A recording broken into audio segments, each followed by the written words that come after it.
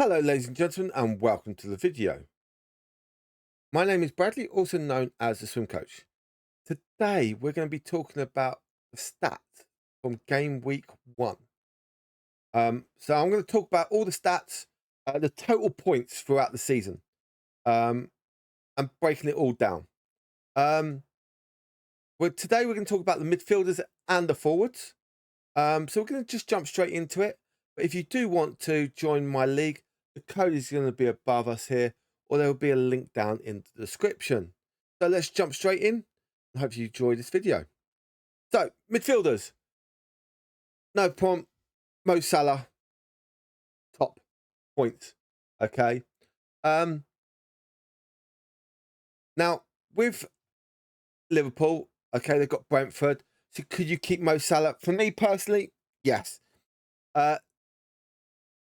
But 35% of people have picked him, or 36 almost percent. So you got now look at from that who you're going to pick within.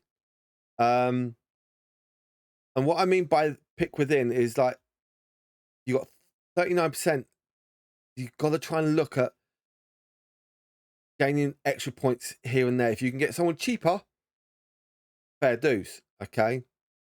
But at the moment, Salah was the better person. Now, for game week 2, are you going to go with Haaland? Okay, who'll be in the strikers format because they've got Ipswich like Liverpool had. So we'll see. Saka, 35% of players. So you could have had Saka, sorry, instead of Salah. Save yourself 2.5 million and hopefully spend it somewhere else. Got 12 points. But this one, Polovic, was the big surprise. 5.5 million. Okay, gaining 11 points from game week 1. Only 1.7% of players picked him. Brilliant if you picked him. Hands down. Same for this next one. Joe Linton. I didn't even question Joe Linton at all throughout the pre-season. 6 million, 2.4 million people picked him. For me personally, I would have loved it if I had him in my team instead of gone with someone like Anthony Gordon or something like that. So I think in future, I'm going to probably, after game week 3, which is coming into the international week, I'm going to look about who I can pick and who I can change. Unless I have any injuries from game week 2, then we'll have to look at that. Another for Villa, very good. I hope he doesn't do well this weekend because he is playing against my team, the mighty Arsenal. 2.6 people picked him. 5 million bargain. Okay. So they're players you've got to look at. Now, Mobai, I never pronounced the name properly. 7 million. Is that 7 million worth those 9 points? Probably not. And with them coming to face Liverpool, anyone who's got him is going to have a hard trouble about probably subbing him out. So that's the one thing I would say. Now we come on to the Bournemouth player. 5.5 million. 1.5% of people picked him. Okay. I think from now on, I'm going to have a look closely at him potentially for later times. And I will say that I like him. So I want to try and probably get him in a few weeks' time. So I could probably save money somewhere else and potentially have 2 5.5 million players like Smith Rowe and him.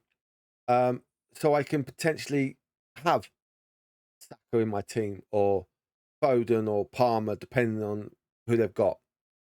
So that's what I want to look at. Now, the Brentford player, great. 3 points. 9% people picked him. Good. 6.5 million. Again, is your points worth it? Potentially. This one surprised me. Leicester player doing well against Spurs. Ooh, great. I love it.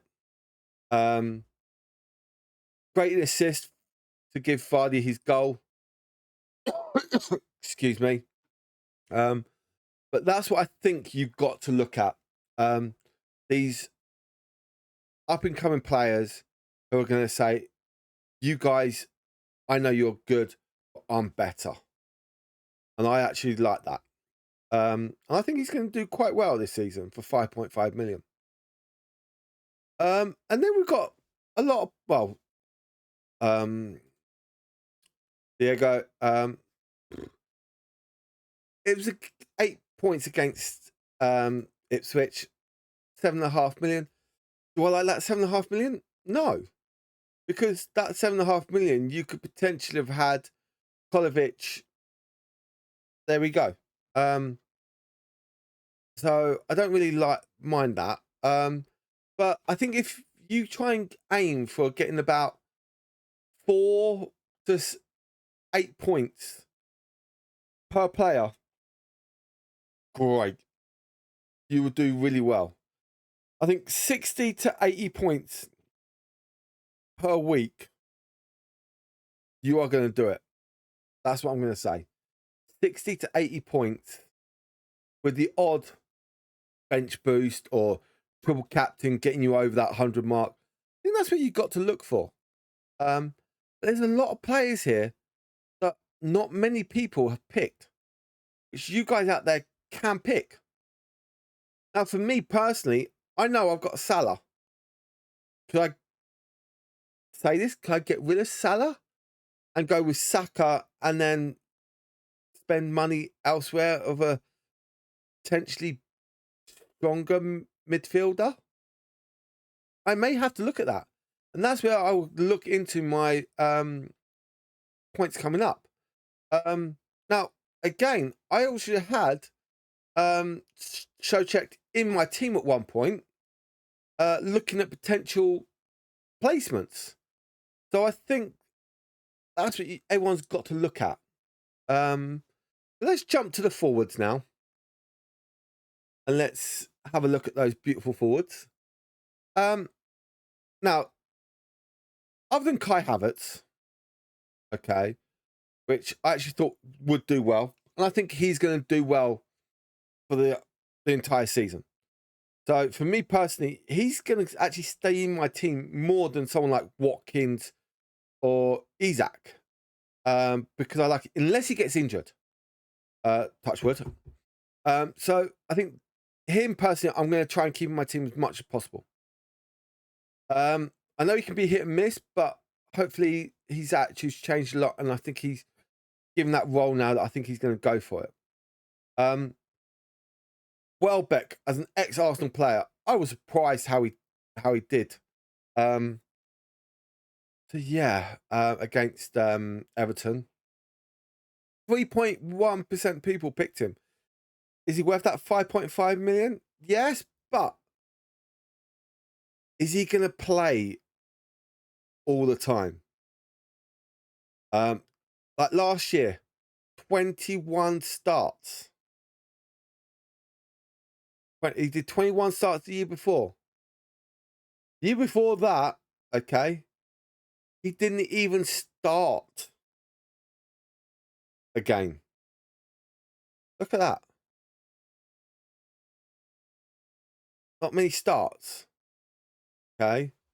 So is his minutes going to be up a bit more? I think so. But he does potentially get injured. So I think everyone's got to look at that for him. Now look, 5 goals last season, 4 assists. He's already started with 1 and 1. He does tend to aim about 6 goals. And he does get his assists. So I think that's what everyone's got to look at for him. But I love Danny Welbeck. Chris Wood, he was going to be my team. I took him out because then I could potentially have had Salah and Haaland, but I would have had no like Gabriel or Ben White or something like that. No Trent Alexander. It would have been a bit more tougher for me to pick those players. But I could have potentially have had Chris Wood in my team. But again, we'll see how he gets on. Points-wise, great last season, not the season before, but did play over double the amount. So we'll see how we get on there with Chris Wood throughout the season. We'll keep an eye out. Now, Vardy. I know why some people have gone for Vardy. That 5.5 million point target. Very good. And another thing is, it means with Jamie Vardy, you can potentially have someone like Salah and Haaland. Because you're saving that, like, well, if you took Havertz out and put Vardy in, there's 2.5 million you're saving just there alone. If you had someone like Watkins in as your team, like I've got Watkins, Isak and all that lot, well, have a look at the odds here of how much money. So Watkins, 9 million, Isak, 8.5 million, and Havertz, 8 million. 15.5 million. But if you go Haaland, Welbeck, and Chris Wood, it's only an extra £1 million. That's an extra £1 million. And you could have gained what? You're gaining what? A lot more points. If you had all three of them at the start. So that's something you guys out there got to look at. It's something for me that I'm going to look at in the future as well. So I think you guys out there have got to look closely at what you've got to go for. Solanke, again, I'm going to say this. I didn't rate it. I didn't rate him against for Tottenham. So I think, would I pick him? I'm going to say this. For me, no. So hopefully you guys out there can have a look about what you want to do throughout the coming weeks and keep an eye on your stats. And you can tinker with potential people points and the value that they are. So have a look, stay safe, and I'll catch you guys on the next one. Goodbye from now.